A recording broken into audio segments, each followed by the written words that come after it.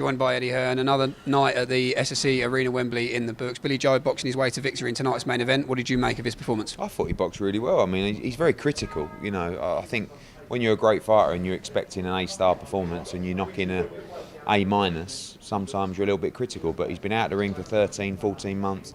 He is a rhythm fighter. He needs to be in his groove, and he's not been doing that throughout his career. Sometimes his own fault. Last year he got very unlucky. He had the Canelo Alvarez fight, all agreed. Was about to do the press conference and the pandemic hit, so he lost out on that. I was just pleased to get him into the ring this year. You know, he went away, he put on too much weight, he worked hard, he come back, he made weight, he performed, he got the win. On we go.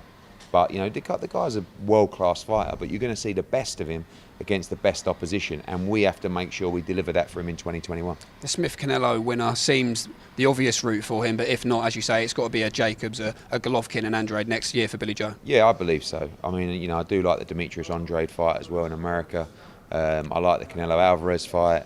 I like the Callum Smith fight. I like the Gennady Golovkin fight, Danny Jacobs, but we have to deliver one of those fights, because otherwise, you know, you're going to waste a career of Billy Joe Saunders. And as I said, sometimes it's been his fault, sometimes it hasn't been his fault. I was pleased, like I said, we had one fight with him, and then we landed the Canelo fight, and then, you know, the world got fucked. So we didn't really have a lot of choice. But he come back, he got a fight this year. Now we got to reset and deliver all over again.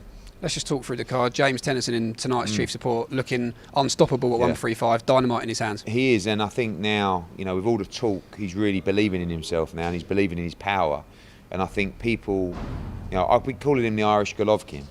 And when Golovkin was in his prime, and he still is, you know, he still is extremely dangerous, but the fear in the opponents almost had them beat before they even stepped through the ropes. And I feel that was almost the case with Josh O'Reilly.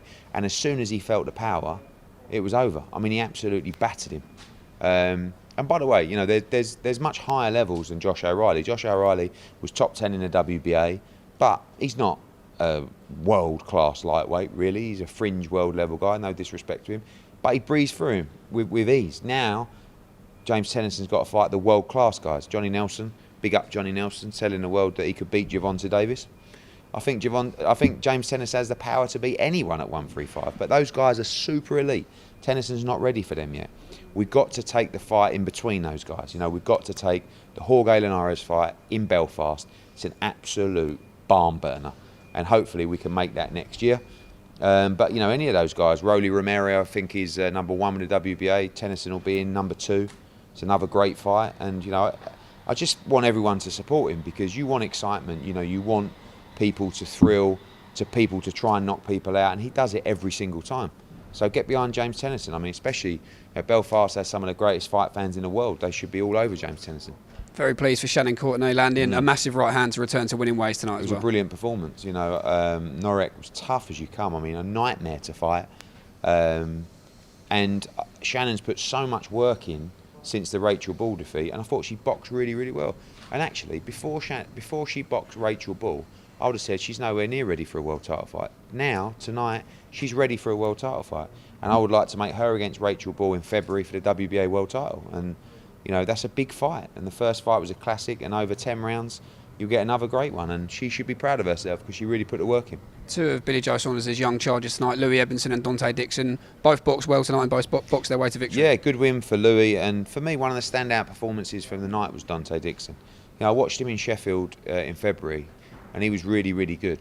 And every now and again, I just see something in a fight, a little spark in a fighter, and I think, you know what, this kid, I want to get behind this kid. I'd like to see how far he can go. Cash Farouk, I felt the same with him, you know, and I see it with Dante Dixon. He's just got that little cheeky smile to say, you might be a bit of a rough diamond. So we're going to speak to Billy, speak to Adam Etches, get a contract with him, sort with MTK, and I'd like to see how far we can take him. I think he's a real talent. And Lorraine Richards as well, a frustrating fight in stages, but off to a winning start. I think he's hard. You know, I see that some people get on his back quite early. To be honest with you, selfishly, for the career of Lorraine Richards, it's just what he needed. He just had to get out and bank some rounds.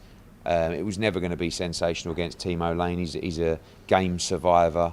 Probably maybe should have stepped on the gas a little bit towards the end of the fight, but I'm fine with it. 8 rounds in the bank. You'll see the best of Lorraine Richards against some top level European and world level opposition next year. We're rolling to the big one next week, of course. The behind closed doors era coming to the end. Obviously, how do you reflect on this period from the 1st of August? It's been, I mean, look, fight camp, of course, was just amazing. It was easier to get that atmosphere in fight camp because you had the elements outside, you had the drones flying around, you had the lights into the sky. It is difficult in an arena with no fans, and sometimes the fighters, I don't think you always get the best out of them. I seen Billy Joe tonight. I thought he boxed really well, but he said it's like a cemetery in there. It's really difficult to get yourself. Normally you got the crowd screaming, you can hear everything, and that's the worry next week, I guess. With AJ, but we've got 1,000 people in here to make a little bit of noise.